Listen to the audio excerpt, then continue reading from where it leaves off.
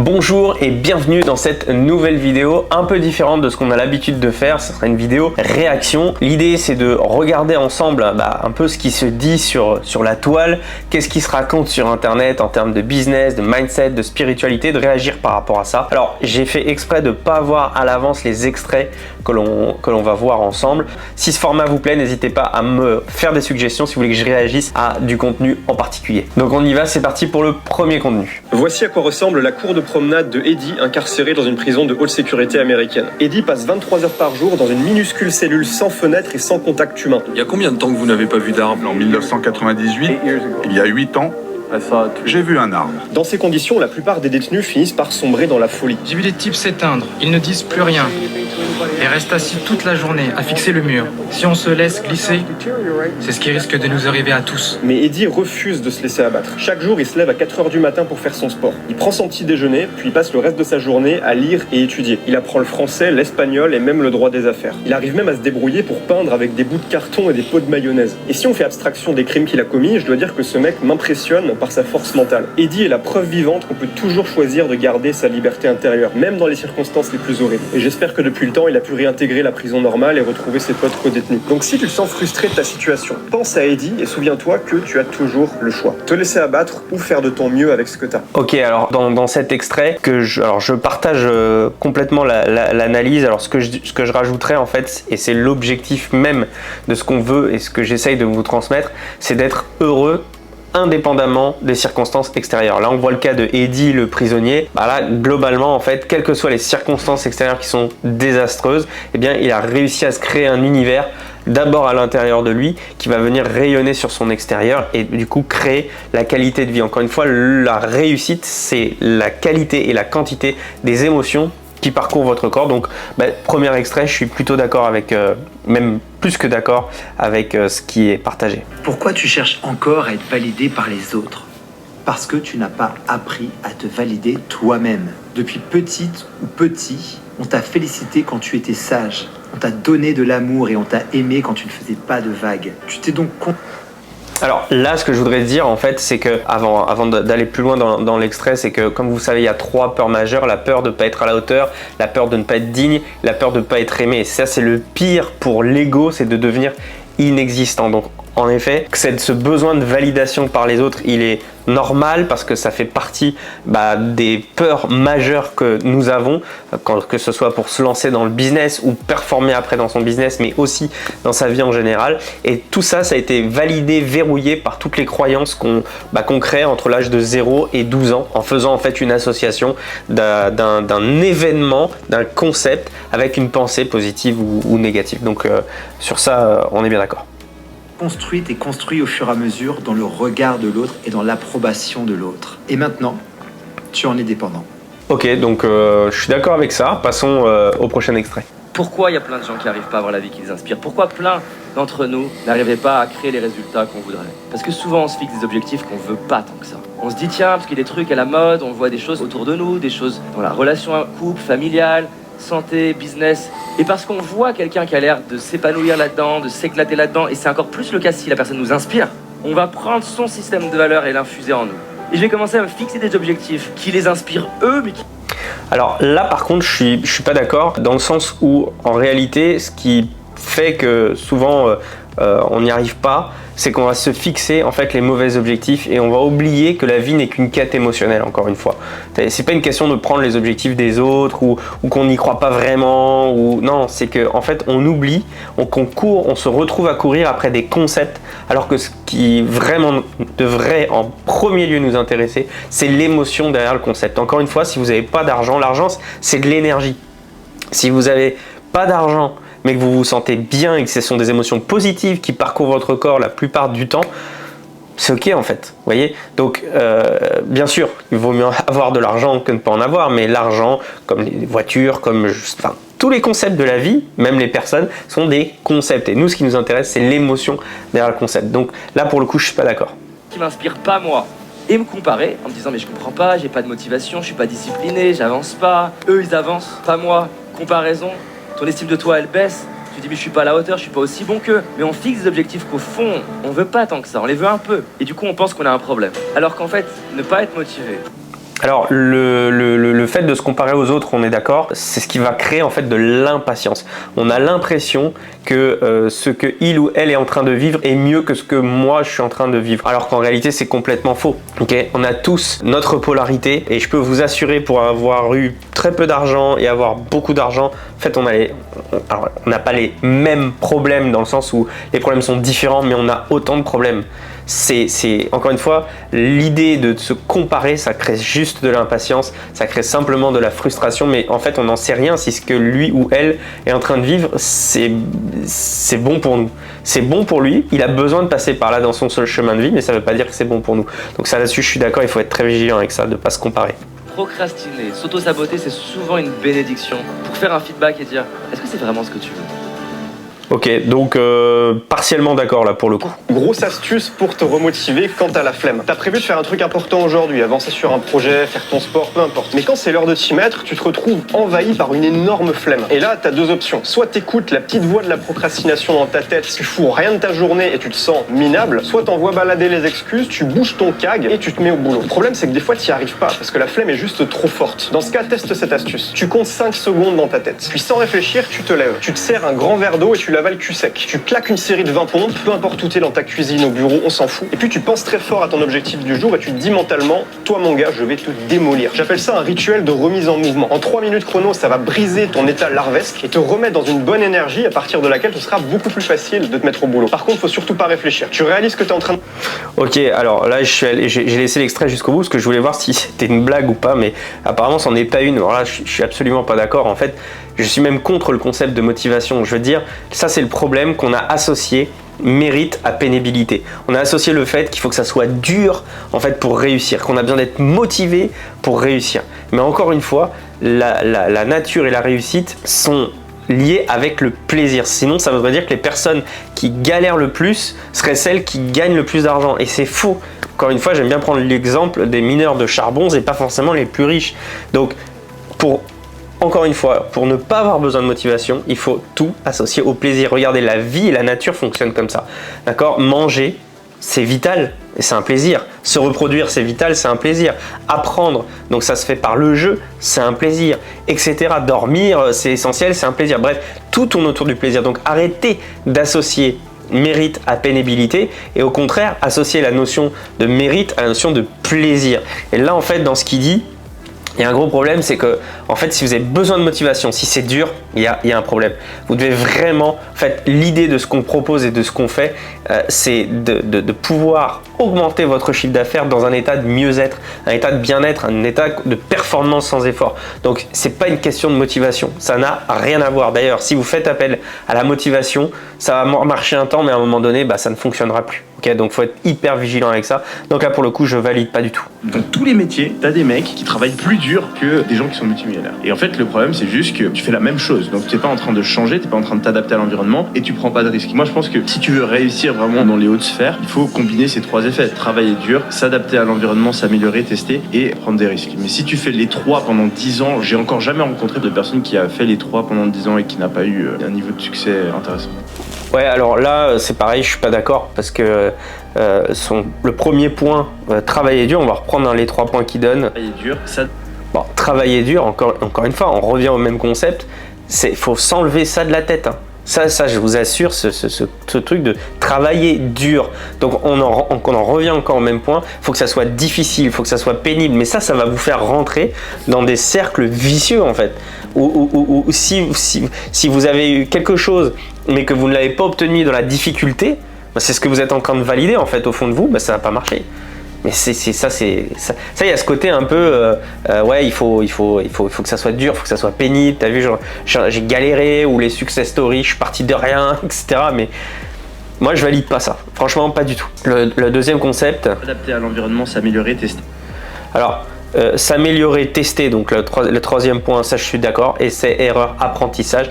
On est 100% d'accord. Après, s'adapter à l'environnement, en fait, je pense que là, encore une fois, on est sur de l'externe. Je pense qu'il parle de s'adapter à l'environnement autour de nous. Moi, je pense que ce qu'il faut, c'est surtout adapter notre environnement à la personne que l'on a envie de devenir. Parce que en fait, si on parle de s'adapter à l'environnement et que vous êtes dans un environnement globalement qui vous tire vers le bas, je peux vous donner plein d'exemples, mais par les personnes que vous fréquentez, par les livres que vous lisez, etc., vous pouvez faire les adaptations que vous voulez, ça ne fonctionnera pas. En fait, c'est plutôt d'adapter votre environnement.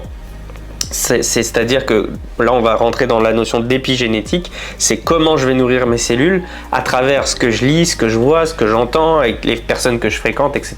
Donc là, c'est pareil, je suis pas globalement là à 75%, je suis pas d'accord avec les propos qui sont proposés, quoi.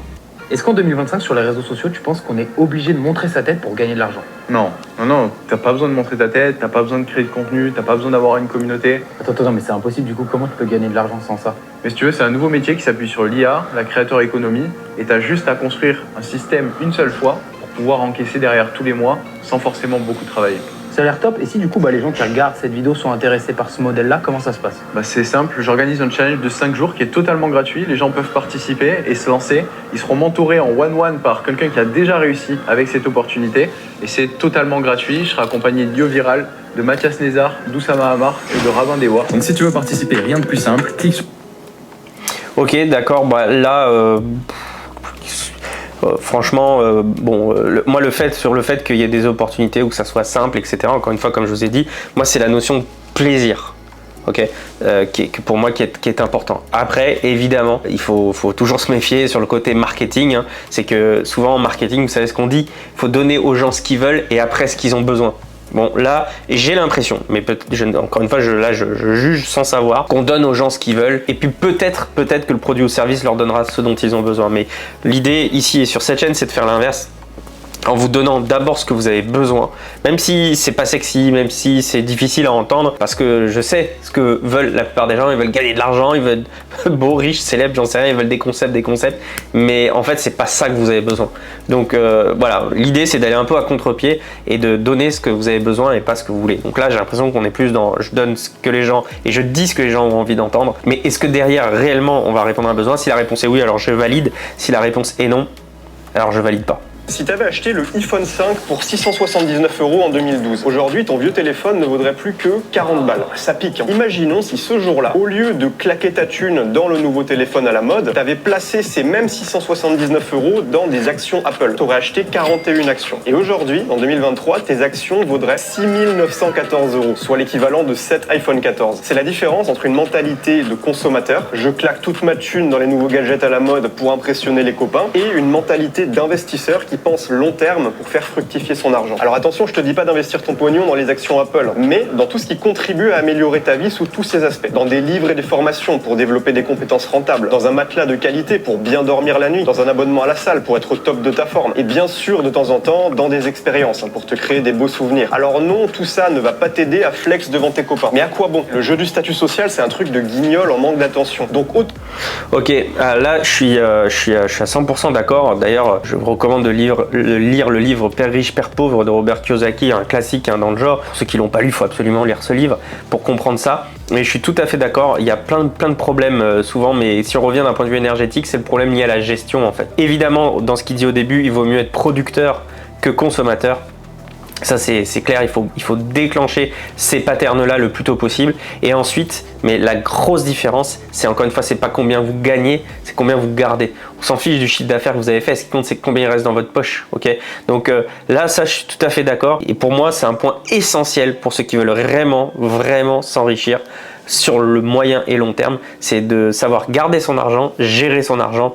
Et ça passe par l'investir, le faire fructifier. Il y a plein de leviers. Moi-même, aujourd'hui, je vis essentiellement de mes investissements. Donc voilà, je peux que valider à 100%. Moi, je dis moins de 100 000 de résultats par an. La prochaine étape, c'est la faillite. Il te faut des grosses affaires qui écrasent leurs frais fixes. Si tu ouvres une affaire qui fait 3 millions, sur 3 millions, tu ne feras pas 10% de résultats, mais tu iras chercher 25-30%. Une affaire à 800 000, elle va faire 60 000, 80 000 de résultats. Une affaire à 3 millions, elle va faire 800 000 de résultats. Elle va faire 12 fois le résultat de celle à 800 000. Je préfère avoir 10 affaires à 3 millions, 10 beaux restaurants à 3 millions, que 100 restaurants à 800 000. 100 restaurants, tu as 100 problèmes, tu as 100 managers à gérer, tu as 100 paperasses à gérer pour gagner rien du tout au final. Tu vas faire 3-4 millions de résultats après avoir payé ton siège. Ouais. Tandis qu'avec 10 belles affaires, au siège, tu n'auras que 3-4 personnes au final, et tu vas pouvoir aller générer 8 millions de résultats. Ouais, moins de problèmes, plus d'argent. Ouais, et tu as 100 fois plus de risques de te retrouver en faillite parce que tu es proche du...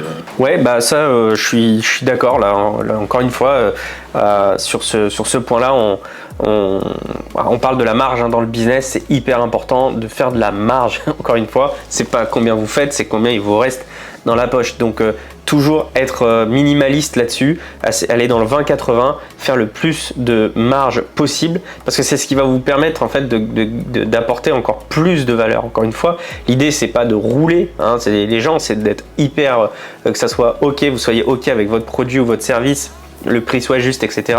Mais il faut que vous soyez dans des business dans lesquels vous faites de la marge. En tout cas, voilà, pour moi, ça c'est validé parce qu'en effet, il faut faire de la marge, quoi. C'est clair, il vaut mieux avoir moins de choses et faire de la marge que plein voilà, des petites marges et faire beaucoup. Donc, on est d'accord. Si tu veux vraiment lancer un business qui fonctionne, tu prends une toute petite partie de la clientèle. Idéalement une clientèle luxe, tu vas pouvoir payer plus cher. Par contre, tu t'obsèdes à rendre leur expérience incroyable. Et je pense que c'est une des meilleures façons de lancer un business. Ok, oui, ça je valide pour le coup. Le fait de... Alors, il y a plein d'autres façons de faire, mais le fait d'être niché comme ça et de proposer des services à très forte valeur ajoutée, encore une fois, pour moi, c'est un pari gagnant. C'est une très bonne idée de le faire sous cette façon-là. Et plus on va travailler en fait à améliorer l'expérience client, plus en fait on est d'un point de vue spirituel dans la bonne démarche parce que qu'on va contribuer et croître, et d'un point de vue matériel aussi, puisque forcément on va faire plus de marge, on aura moins de clients et on va finalement pouvoir se développer aussi plus rapidement. Enfin, pour moi, c'est complètement ok de vouloir se nicher, d'offrir une expérience incroyable à ses clients et de faire du très haut de gamme. Finalement, c'est ce qu'il dit. Je suis d'accord avec ça. Quelqu'un qui effectivement pendant 5 ans de sa vie a développé une expertise dans son 35 heures pourrait demain gagner plus avec moins de 35 heures. Par contre, si j'ai 18 ans, que j'ai pas développé une expertise particulière, il y a des chances que non. On peut gagner beaucoup plus d'argent en travaillant moins, mais moi je ne crois pas qu'on puisse gagner sur le long terme beaucoup d'argent sans être capable d'apporter beaucoup de valeur. Le deuxième levier qui permet de générer de l'argent avec moins d'efforts, c'est la partie média. Et aujourd'hui avec Internet, tu peux démultiplier ton rendement. Troisième levier, c'est le capital. Avec de l'argent, tu peux générer plus d'argent. Et le quatrième levier, c'est le code. Avec les automatisations, la technologie, tu peux automatiser et faire en sorte que la machine elle travaille pour toi. Donc oui, quand tu mets ces 4 leviers, tu développes des compétences spécialisées. Quelqu'un qui effectivement pendant 5 ans de sa vie a développé une expertise dans son 35 heures pourrait demain gagner plus avec moins de 35 heures. Alors, je réagis sur ce premier point. Alors, il pourrait gagner plus en faisant moins. Oui, ok. Ça, encore une fois, c'est ce qu'on veut entendre. La réalité sur le terrain, c'est que pour arriver à ce pourrait, vous avez une infime partie des gens, parce que peu de personnes ont les bons patterns et ont les bonnes séquences internes pour pouvoir y arriver. C'est souvent beaucoup plus c'est-à-dire qu'il y a toujours un prix à payer en temps, pensée, énergie, argent. Et quand vous démarrez par exemple l'entrepreneuriat, au début vous êtes déficitaire, quoi. C'est-à-dire que vous allez mettre de l'argent sur la table, du temps, voilà, au départ vous êtes en dette, quoi. Et ça, vous allez créer de la valeur, et un jour, c'est-à-dire que vous allez travailler plus que ce pourquoi vous êtes payé, pour un jour être payé plus que ce que vous êtes en train de faire. Mais avant ça, il y a une grosse phase de, comme on l'a vu dans un précédent extrait, d'essai, erreur, apprentissage. Par contre, si j'ai 18 ans, que j'ai pas développé une expertise particulière, il y a des chances que non. On peut gagner beaucoup plus d'argent en travaillant moins, mais... Alors bon, ça, franchement, la valeur attend pas le nombre des années. Moi, à 18 ans, je gagnais déjà plus de 6 000 euros par mois. Voilà, et j'avais pas d'expertise particulière. Je l'ai appris sur le terrain, simplement. J'ai choisi le bon secteur, j'étais bien entouré. Donc ça, voilà, la valeur attend pas le nombre des années pour le coup, hein. Mais moi, je ne crois pas qu'on puisse gagner sur le long terme beaucoup d'argent sans être capable d'apporter beaucoup de valeur. Le deuxième levier qui permet de générer de l'argent avec moins d'efforts. Encore une fois, en fait, si on parle du concept de millions, d'être millionnaire, etc., en fait, il y a 2 façons de le faire. C'est pourquoi, par exemple, je sais pas, une chanteuse comme Beyoncé va gagner plus d'argent que la chanteuse du coin, parce que Beyoncé va toucher des millions de personnes, alors que la chanteuse du coin, elle va toucher des centaines ou des milliers de personnes. Donc, elle gagnera des milliers d'euros ou des centaines d'euros, alors que Beyoncé, elle va toucher des millions puisqu'elle impacte des millions de personnes. Donc, c'est une petite valeur ajoutée quelque part, parce que voilà, c'est une musique, donc tout le bonheur que ça peut procurer, mais à quelques personnes. Alors que je sais pas, par exemple, un chirurgien, il a une forte valeur ajoutée, un médecin une forte valeur ajoutée, mais il est limité par le nombre de personnes qui va toucher. Donc voilà, sur ce point-là, c'est pas forcément le fait d'apporter beaucoup de valeur, ok, c'est aussi, je rajouterai en complément, c'est aussi le fait d'impacter beaucoup de personnes. C'est aussi lié à ça. Donc soit vous apportez beaucoup de valeur et vous pouvez impacter, toucher moins de personnes pour bien gagner votre vie, ou l'inverse, quoi. C'est fort, c'est la partie média. Aujourd'hui, avec Internet, tu peux démultiplier ton rendement. Troisième. Bah là, c'est ce que je suis en train de vous dire, hein. C'est-à-dire qu'en fait, on peut toucher plus de personnes, tout simplement. Levier, c'est le capital. Avec de l'argent, tu peux générer plus d'argent. Et le bah pour le coup, oui, avec de l'argent, tu peux générer plus d'argent. On est d'accord, à condition, et ça, moi, j'en connais très peu, qui savent faire travailler leur argent. Franchement, j'en connais, mais vraiment très peu. Et il n'y a pas beaucoup de méthodes, d'outils, de pôles d'investissement qui sont finalement rentables. Un jour, j'en ferai une vidéo, mais pour ceux qui vraiment fonctionnent de façon passive, il n'y en a pas beaucoup, hein. Quatrième levier, c'est le code. Avec les automatisations, la technologie, tu peux automatiser et faire en sorte que la machine elle travaille pour toi. Donc oui, quand tu mets... oui, voilà, je suis tout à fait d'accord. Voilà, vous savez, je suis avant tout un formateur en méthodologie de productivité, et on est bien d'accord que industrialiser, systématiser, déléguer, automatiser, bon bah c'est des leviers incroyables. On est d'accord. Et ces 4 leviers, tu développes des compétences spécialisées, tu développes la capacité à communiquer, tu fais en sorte de faire travailler de l'argent pour toi et d'avoir du capital, tu utilises la tech à ton service. Avec un coup, tu peux démultiplier ton rendement. Mais pour être capable de faire ces 4 choses-là, il faut travailler, et pas qu'un peu. Quelqu'un qui est... Alors, encore une fois, je réagis à des shorts, hein, donc je vois pas l'entièreté de la vidéo, mais là, il manque l'ingrédient principal. Les 75% qui font la différence, c'est l'alignement psycho-neuro-émotionnel, en fait.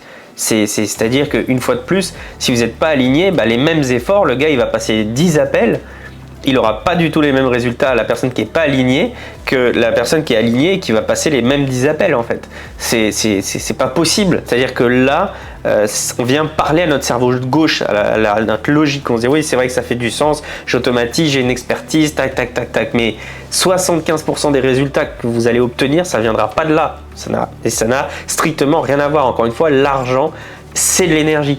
Donc en premier lieu, avant de penser à tout ça, déjà, c'est d'être aligné soi-même en direction de ses désirs. Voilà, que notre mental, notre subconscient qui joue le rôle de l'arbitre et notre corps aillent dans la même direction. Et ça, il y a très peu de personnes qui le sont. D'ailleurs, pour ceux qui se posent la question, est-ce que oui ou non, ils sont alignés d'un point de vue psycho-neuro-émotionnel et qui ont envie d'avoir cet alignement, eh bien ce que je vous propose, c'est de prendre un rendez-vous avec moi. Vous avez un lien en fait dans la description, vous cliquez sur le lien et on va passer au moins 30 minutes ensemble tous les deux. Sachez que c'est complètement gratuit. Vous avez la possibilité d'avoir accès à une personne qui a généré plus de 30 millions d'euros avec son dernier business en moins d'1 an. Je ne sais pas combien vaudrait une consultation comme celle-ci, mais aujourd'hui, c'est gratuit, donc profitez-en, c'est dans la description. Est-ce que tu es au courant du pouvoir du sel? Quand je vous dis que l'univers a mis tout autour de nous, et qu'au lieu de parfois passer des heures à prier, chercher à comprendre la nature première des choses qui nous entourent, le simple sel qui est dans ta cuisine est un élément qui peut énormément améliorer ta vie. Par exemple, dans le cours que j'offre sur la purification de l'énergie sexuelle, nous utilisons le sel comme armure avant de rentrer proprement dit dans le rituel de purification. Le simple sel peut servir à nettoyer l'aura, à contre-attaquer énergétiquement, à protéger. Mais il faut être capable de transmuter ce sel pour le réveiller dans sa nature première. Ok, bon, ça c'est un sujet qui est extrêmement passionnant, c'est de l'alchimie. Personnellement, c'est un sujet que j'adore. Sans trop rentrer dans les détails, je suis d'accord avec ce qui est dit dans ce short. En fait, vous avez le corpus, l'animus et le spiritus, ok, votre corps, votre âme et votre esprit. Et ça, c'est représenté symboliquement par le soufre, le sel et le mercure. Je ne vais pas vous faire rentrer trop là-dedans ici dans cette vidéo, mais c'est extrêmement intéressant. Ce que vous devez comprendre, c'est que vous avez votre corps, ok, la matière. Ensuite, vous avez votre âme, l'animus, les émotions, ok, ce qui bouge à l'intérieur de vous. Et vous avez votre esprit. ok. Et le sel, ce qu'on appelle le sel de quelque chose, le sel du sel, c'est vraiment l'esprit derrière la matière, c'est l'esprit derrière les choses. Et si vous voulez manifester des choses dans votre vie, eh bien en effet, il va falloir laisser passer ce sel, laisser passer l'énergie, d'accord, qui est derrière la matière. Vous savez, encore une fois, là, je rentre pas dans les détails, il n'y a rien de religieux dans ce que je vais vous dire, mais quand on dit Christ, le Christ, cristal, c'est celui qui laisse passer la lumière, d'accord. Donc l'idée pour vous, c'est justement de vous débloquer, c'est pour ça que je vous parle d'alignement psycho-neuro-émotionnel, pour vous débloquer, enlever les blocages et laisser passer le spiritus en vous. Eh bien voilà, laissez passer la lumière d'un point de vue très mécanique, hein. Encore une fois, je parle pas de religion ou quoi que ce soit, mais voilà, tout à fait d'accord, je rentre pas dans les détails, mais c'est de l'alchimie, c'est très intéressant. Les gens voient souvent des riches et se disent « Oui, ils sont tous forcément athées, ils ne croient en rien, ils ne croient qu'à l'argent. » Non, il y avait un homme aussi dans les témoignages que nous rapporte Scovell qui voulait être un vendeur à succès. Et récemment, j'ai visité quelques biens et j'ai remarqué une chose, les vendeurs prennent beaucoup soin d'eux. Ils viennent souvent avec une grosse voiture, très bien habillés, chic. C'est des éléments d'influence qui agissent par la personnalité, bien parfumée, etc. Or, les vrais millionnaires, hein, vous allez remarquer les Steve Jobs et autres. À un moment donné, ils n'ont plus de preuves à faire face à l'argent parce qu'ils savent que l'argent est venu par leurs idées, leurs connaissances et qu'ils les ont manifestées. Regardez l'histoire de Steve Jobs. Il a été en Inde chez Maharishi et lui-même, il avait conseillé aux jeunes qui a fondé Facebook, Zuckerberg, d'aller séjourner aussi chez Maharishi en Inde. Donc, ils ont tous fait le même chemin. C'est des spirituels. Les gens voient Ok, donc là il y a deux choses. La première, c'est sur le fait que les gens voilà, qui réussissent sont spirituels, croyants, etc. Mais ça c'est absolument vrai en fait. Encore une fois, je suis désolé, vous prenez les personnes qui réussissent le plus, je parle pas forcément de religion, hein. On peut pas réussir si on n'a pas le côté spiritualité. C'est pas possible. Voilà, c'est juste pas possible. Et ils l'ont bien compris. Je veux dire que ce soit quand vous voyez des sociétés secrètes, etc. Il y a plein de choses qui font que la croyance est nécessaire. La spiritualité est nécessaire. L'énergie derrière la matière est nécessaire. Et ça, ils l'ont bien compris. Ok, les deux sont importants. Et la deuxième chose qu'il dit, c'est et là il faut faire très attention à ça, c'est que en fait en gros oui les gens qui ont de l'argent quand on les voit en gros l'argent, vous savez, on dit c'est très bon serviteur, mauvais maître, et sous-entendu que en fait les gens qui sont dans l'opulence ou montrent des signes extérieurs de richesse, etc. Ils pensent qu'à ça, et il faut s'enlever ça de la tête, hein, parce que ça c'est lié à nos croyances qu'on a créées et qu'on a ancrées au fur et à mesure du temps, qui nous empêchent en fait de nous développer d'un point de vue financier, d'accord, parce que on a une identité financière finalement très pauvre.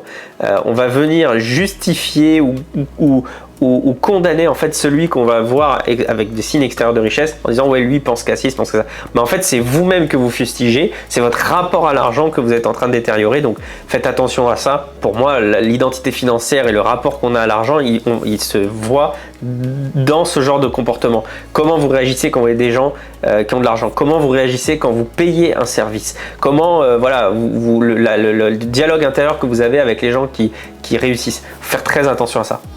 Quand nous, on n'a pas encore rencontré notre part d'ombre, quand on n'a pas encore fait face à ses peurs, quand on n'a pas encore transmuté, accueilli pleinement dans la lumière et dans l'amour toutes ces parts d'ombre qui nous composent aussi, hein, puisqu'on est fait de lumière et on est fait aussi de parts d'ombre, eh bien, ces parts d'ombre-là, elles vont être en résonance avec les parts d'ombre du collectif qui sont reliées à cette négativité.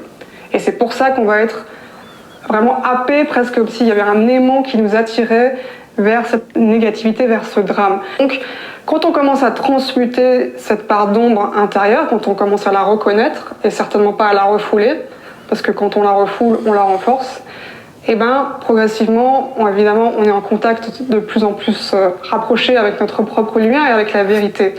Donc, c'est mathématique, vibratoirement, on ne vibre plus, en fait, avec tout ce qui est drame, tout ce qui est chaotique, tout ce qui est négatif, tout ce qui est base astrale.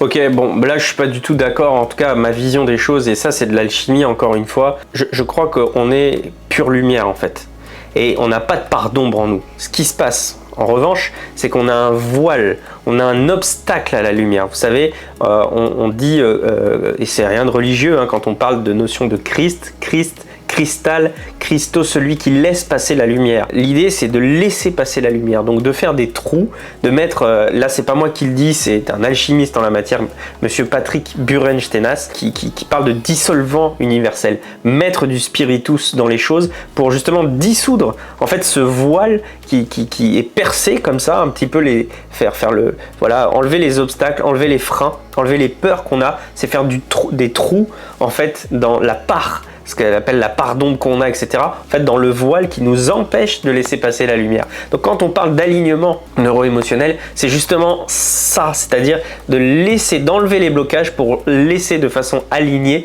les choses couler en nous de façon fluide et naturelle, j'ai envie de dire. Donc là, dire qu'on a une part d'ombre, une part... Non, je crois pas. En fait, je crois qu'on est lumière à 100%. Et qu'on a simplement un voile qu'il faut retirer, des couches comme ça qu'il faut retirer ou percer en fonction des termes de la sémantique que vous voulez utiliser. Là où ça devient compliqué, je pense, c'est de croire qu'une religion ou une spiritualité peut nous aider à mieux travailler ou à être plus dans le bien-être ou à avoir de meilleures performances. D'un côté, on a des choses très matérielles qui se quantifient, y compris le bien-être, d'ailleurs. Je veux dire, on peut quantifier le bien-être d'une personne, ça s'étudie scientifiquement. En revanche, l'éveil spirituel, non, c'est pas quelque chose que la science peut évaluer. On est en train de rassembler deux choses qui, à mon avis, entrent en conflit et peuvent vraiment créer des problèmes. Ok, bon là, encore une fois, je suis pas du tout d'accord. Pour moi, en fait, ce sont deux choses qui, au contraire, sont complètement complémentaires, mais complètement complémentaires.